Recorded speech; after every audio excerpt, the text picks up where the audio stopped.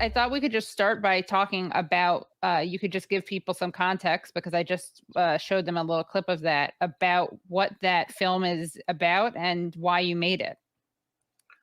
Because my students, I've been teaching in the prisons now for over a decade, and when they get out, there are so many hurdles placed in front of them that it's almost impossible to make it.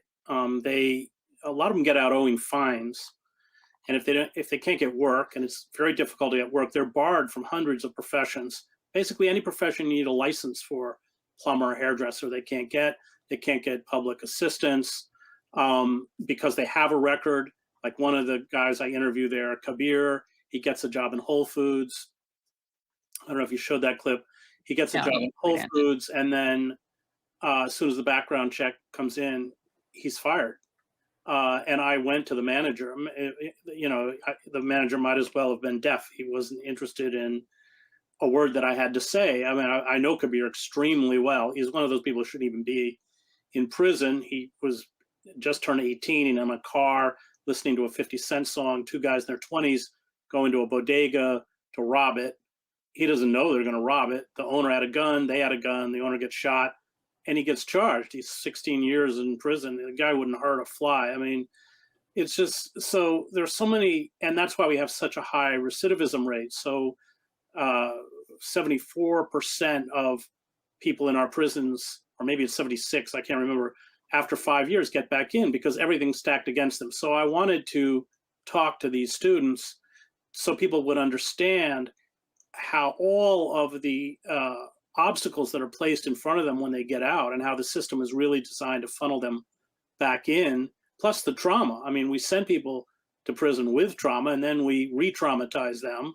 And so the adjustment of emotional adjustment in prison, you have to build these kind of emotional walls. I mean, and I spent a lot of time with 5 of my students, all of whom are amazing, incredibly articulate, thoughtful, wonderful people, and just to lay out. And then you get the whole issue of trying to get parole. So when you are up for parole, you get a 2-man panel, and it's crazy. I mean, it's all patronage. So, like for instance, Chris Christie's former driver is on it. I mean, these people don't, or ex law enforcement, or some cop who got fired. I mean, it's just all.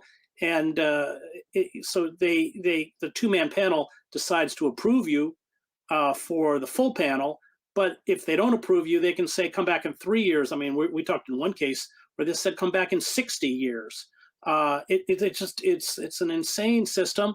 And people who are uneducated, illiteracy is high, or they have developmental issues.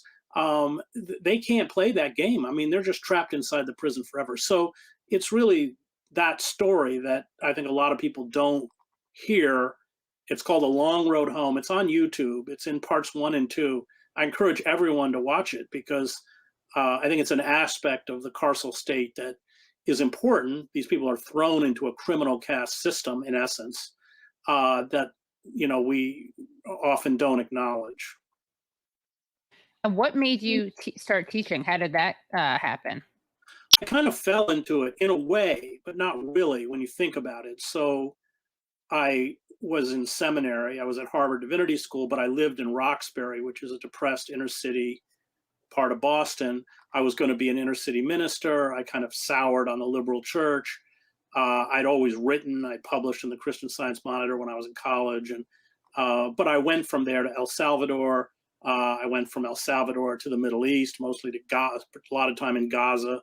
I went from there to Sarajevo. I mean, so I was always putting myself in physical locations where there was tremendous suffering. And I have a neighbor, Celia Chazelle, who is the head of the history department at the College of New Jersey.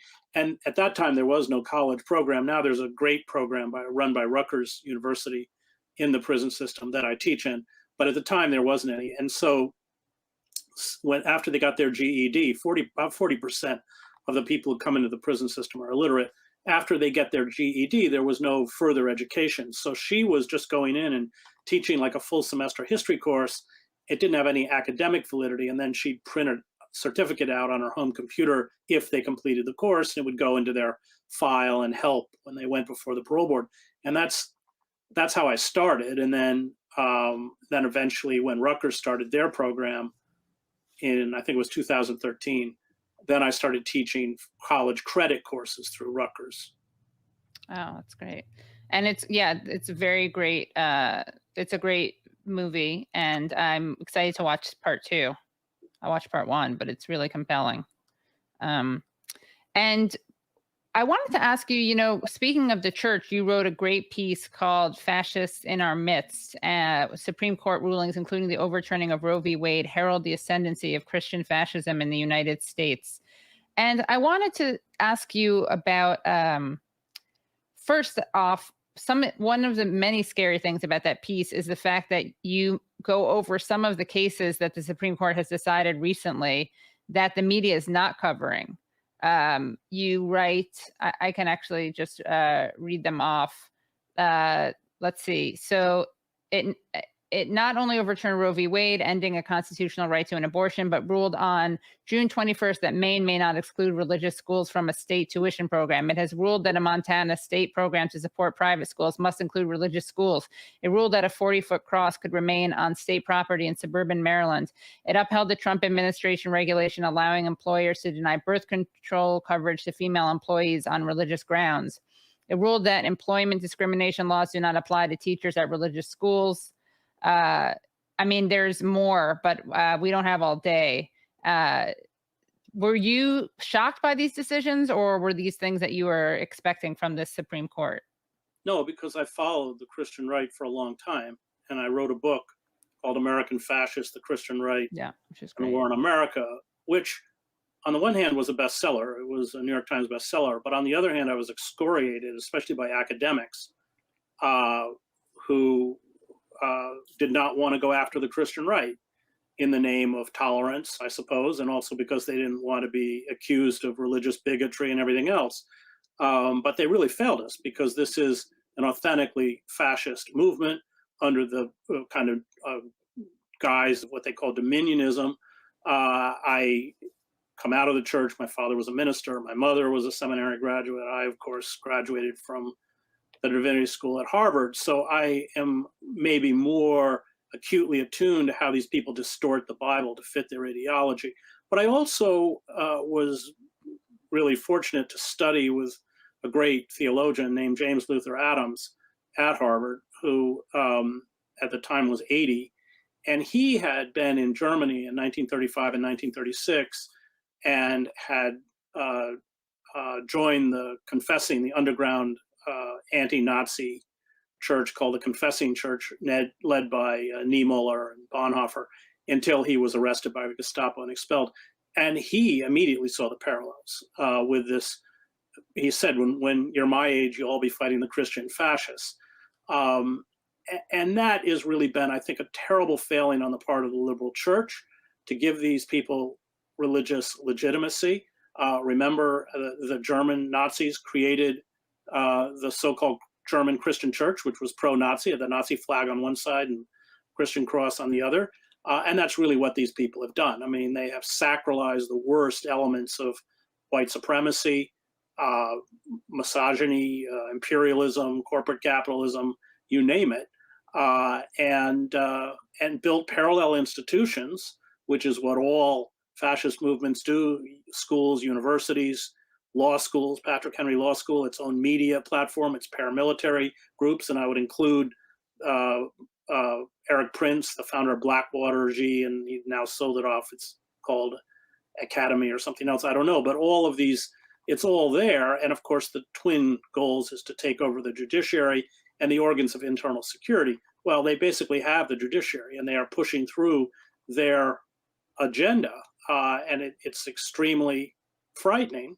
The utter failure on the part of the Biden administration and the Democrats to respond to the widespread suffering. Half this country lives in poverty or near poverty.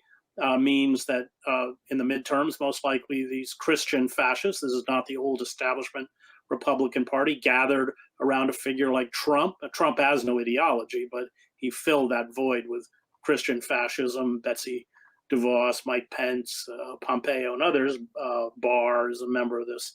And these people are going to come back with a vengeance. So if they have the judiciary, in essence, which they do, and then they have the Congress, and then they get the executive branch, it's over. It's what is left of our very anemic and sick democracy will be snuffed out.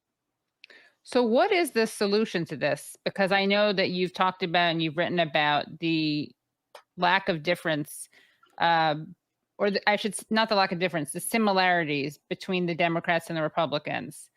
So, how do we fight these fascists? Well, that was a question I asked in the book. Now, I went in. I spent 2 years with them.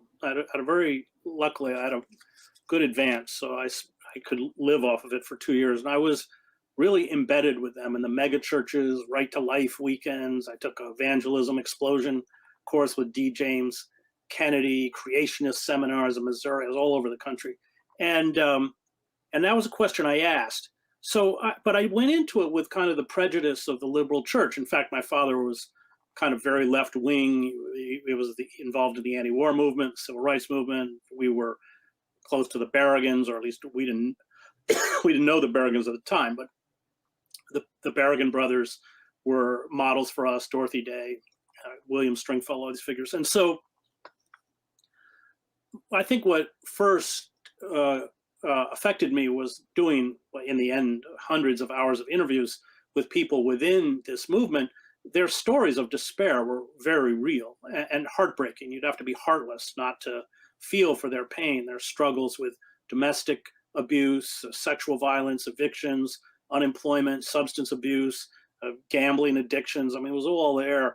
And I actually begin the first chapter called Despair. And I saw that how the leaders of these megachurches or the leaders of this movement manipulate that despair for power, but also for their own financial benefit. These people are multi-millionaires, the successful ones. People said, well, at the beginning of the Trump administration, well, how can Trump associate with, how can the evangelical right support Trump? I said, no, you don't understand. They're the same. These mega pastors are white male narcissists. They're just like Trump. Trump had his sham university or his casinos. These people have their mega churches. It's exactly the same process, with this difference. Anecdotally, the sexual proclivities of the Christian right are probably kinkier than Trump's. But they're the same people. And of course that dogged me, because you can't, when people retreat into a world of magical thinking, when they believe that, dinosaurs lived with Adam and Eve, you can't, if you begin to try and break that down rationally or challenge the irrationality of that, they get extremely angry, because that magical world is all that they have left to protect them from the fact-based world that almost destroyed them. In many cases, came very close to destroying them. And I, at the end of the book, I said the only way is to reintegrate these people back into the society by giving them a sense of place, stability, a living wage. And of course, the opposite has happened, which is why we have ended up where we are. So, how do we fight for this? How do we make it so that these people can get those things? Or is it totally hopeless? Well, the Democratic Party ain't going to do it. Right. And, this is the last window we had. I mean, Biden can't even Get off hold a bicycle. his campaign promise of $15 an hour minimum Right. wage. So we're in deep trouble. I mean, the Democrats all acknowledge. I mean, that's why even the Republicans. There's only one ruling party now. The establishment Republican Party is completely been folded into the Democratic Party. I mean, what Robert Reich a couple of weeks ago Right. endorsed Liz Cheney for president. This is just insane. But they're all one party, Crystal and Mitt Romney and the Bushes. And then you have that cult-like white man's party built around Trump. But the connecting tissue, and you saw this in January 6th, is this Christian fascism. So with these people ascendant now within the Congress, it becomes very dangerous. And you're not going to fight them by arguing them out of it. I really hold the establishment parties, Republicans and Democrats, culpable for what's happened. they fertilize the soil for the rise of this Christian fascism, and we're all about to pay for it. You've been so generous with your time. I just had a few more things to ask you about. One is Daniel Hale, and one is I don't know if you're up to talking about this, but you wrote this moving piece about the disappearance of Megan Marin. Um, I don't know if you want to talk about it. If you don't, you can Oh, just. Megan Marone, yeah. Well, I mean, we'll start with Megan. There's 250,000 women a year who go missing, and almost all of them uh, uh, are fleeing from male perpetrated violence, especially domestic violence. And they're just ignored. So 40% of all girls and women who are missing are people of color. That's 100,000 out of 250,000, although they're only 16% of the population. And it's even higher if you're a Native American. So, for instance, in Montana, 26% of all missing person reports are Native girls and women. They're less than 7% of the state's population. So Megan was white, well-educated. I write about this in the column, The Disappearance of Megan Marone, which is on SheerPost and on my Substack, which is chrishedges.substack.com. And I knew her. And I didn't want, I said, because I knew her, I didn't want her to be a statistic. And so I just wrote this profile. But the fact is, she was stalked by a predator who, in her words, and I heard her say it on a tape Zoom. These are her words: brutally harassed and intimidated me because I wouldn't sleep with him. She was afraid to be at home, especially because he drove by her house. And she was granted a leave. She was a high school teacher. She was in Stockbridge, Massachusetts, and she disappeared on March 27th, which was 14 or 15 weeks. So, we don't know what happened. I mean, was she abducted? Did she commit suicide? But in a way, all of that speculation is irrelevant, because she wouldn't have been there if she hadn't been harassed and afraid. This is just an epidemic throughout the country, and a very low on the priority of law enforcement. Now, many of these women are not found. They search the area in the park where they found her car, and then that's it. They've stopped.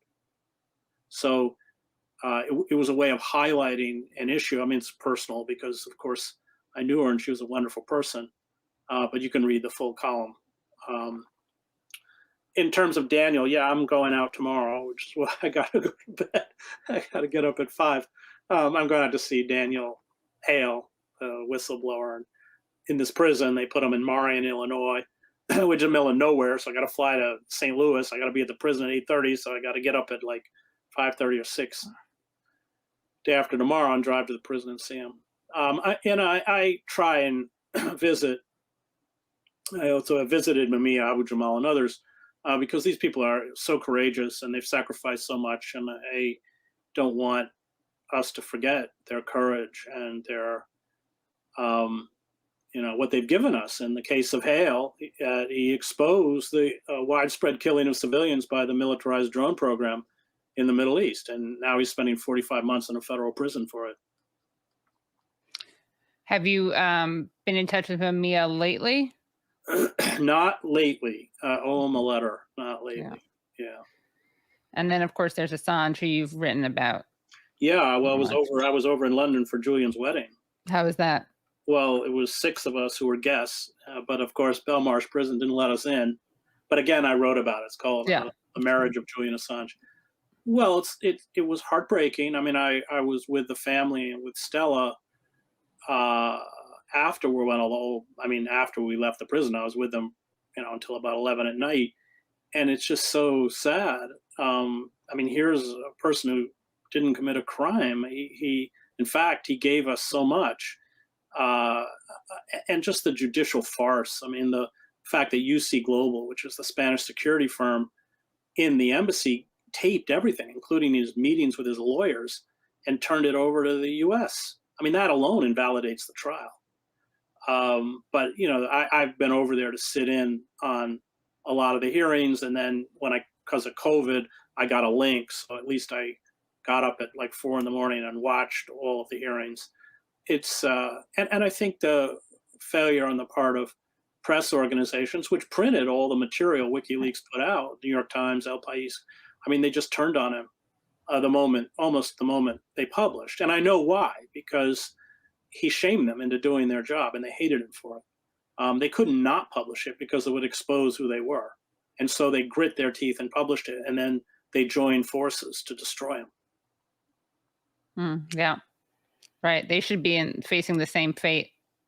Well, they will eventually. I mean, this is why it's so short-sighted, because it sets a legal precedent. So if Julian is extradited and he's found guilty, then possessing or publishing classified material, and which I did at the New York Times, is a criminal offense under the Espionage Act. I mean, also, how can you charge an Australian citizen under the U.S. Espionage Act? And that doesn't make any sense at all.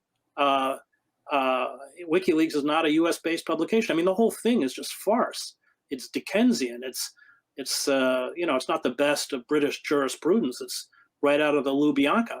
And I think that the failure on the part of the establishment press and people who care about the rule of law to just decry in the most vocal terms this egregious attack against a publisher, but also against the free press. I mean, it's not just Julian and his family who are going to suffer. We're all going to suffer this.